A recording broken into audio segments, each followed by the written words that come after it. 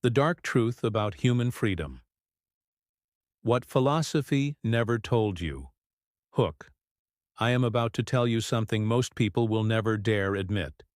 Yesterday, while walking through a crowded marketplace, I saw something that explains why most of humanity has never been truly free. There was a man, head down, phone in hand, drifting through life as if invisible. I watched him for 37 minutes. Every step, every glance, told the same story. He thought he was making choices, but in truth, every decision had already been made for him. And here's the shocking part. He believed he was free. He believed his life was his own. That is the problem. That is you. Because 99% of people live this exact way. Mistaking comfort for freedom. Mistaking choice for autonomy. But today, I will show you the truth philosophers tried to whisper for centuries. A truth most will never have the courage to face. And once you see it, you can never unsee it. Section 1. The illusion of freedom. Every human thinks they are special, that their life is unique.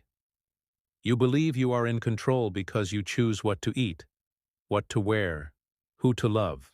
But think about this carefully. Did you choose your desires? Did you choose your fears?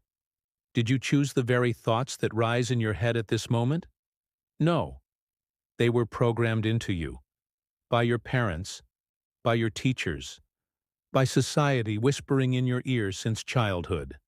The Stoics compared it to a dog tied to a moving cart. You can resist, you can struggle, but the cart keeps moving. And if you call that freedom, you are already lost. But here is where philosophy begins. To ask the question, if my choices are not my own, then what is freedom really? Section 2. The first prison. Desire.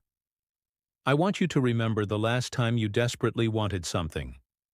A promotion, a relationship, a material possession. Think about the weight of that desire. Think about how every waking thought bent around it. Now ask yourself, was that freedom, or was it slavery in disguise? Buddha called desire the root of suffering. Schopenhauer called it the blind force driving all human misery. And yet, society praises desire. They tell you to chase it, to build your life on it. But here is the cruel truth. The more you chase desire, the further you run from freedom. Because desire chains you. It dictates your direction. It makes you predictable. And do you know who loves predictability? Systems, governments, corporations, algorithms. They thrive when your choices can be predicted. They profit when your life is on rails. So the first prison is not built of stone or steel. It is built of your own cravings. Section 3. The second prison, fear. But desire is only half the story. Fear is the other half. Why do most people never leave jobs they hate? Why do they stay in toxic relationships? Why do they silence their true thoughts? Fear. Fear of rejection, fear of loss, fear of failure.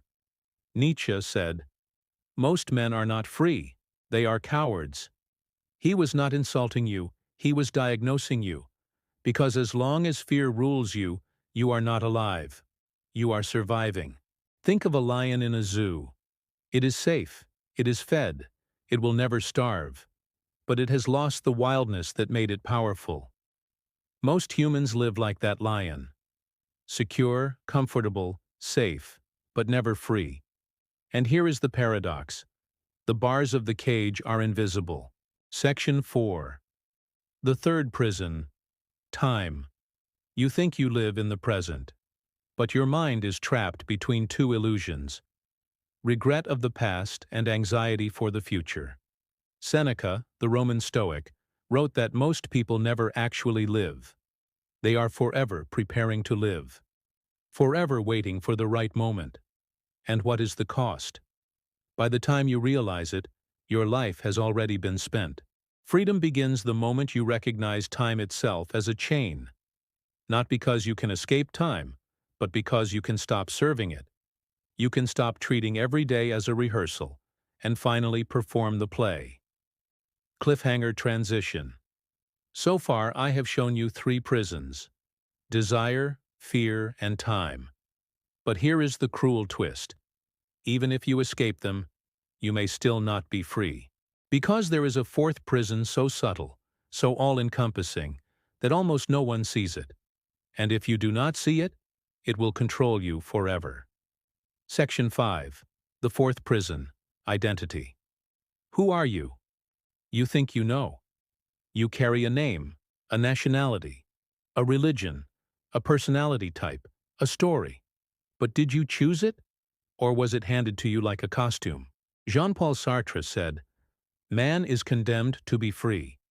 Because once you see through the illusion of identity, you realize the terrifying truth.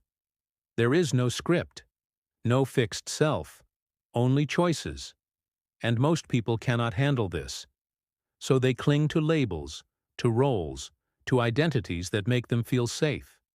They say, "I am this kind of person," and then they spend the rest of their lives defending it. But what if your true freedom lies not in finding yourself, but in losing yourself? Section 6. Stories and examples. I once knew a man named Daniel. Daniel was brilliant, ambitious, and utterly trapped. He worked 70 hours a week, drove the right car, wore the right suits, posted the right pictures online. Everyone envied him. But when I sat across from him one night, I saw it in his eyes. Emptiness. He had built a golden cage. A cage polished so well that people mistook it for freedom. And then I knew the truth. Most people are not prisoners against their will. They are prisoners who built their own cells and locked the door from the inside.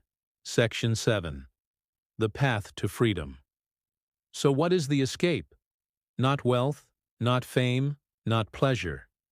The escape is awareness. Epictetus said, "No man is free who is not master of himself," and self-mastery begins with awareness. Awareness of the invisible chains pulling your mind. Step 1. Question every desire. Before chasing it, ask, "Did I choose this, or was it chosen for me?" Step 2. Confront fear. Not by eliminating it, but by walking forward despite it. Step 3. Live now. Not tomorrow. Not after you achieve your goals. Now. Because now is the only place freedom exists. Step 4. Burn the mask. Stop clinging to an identity and dare to reinvent yourself again and again.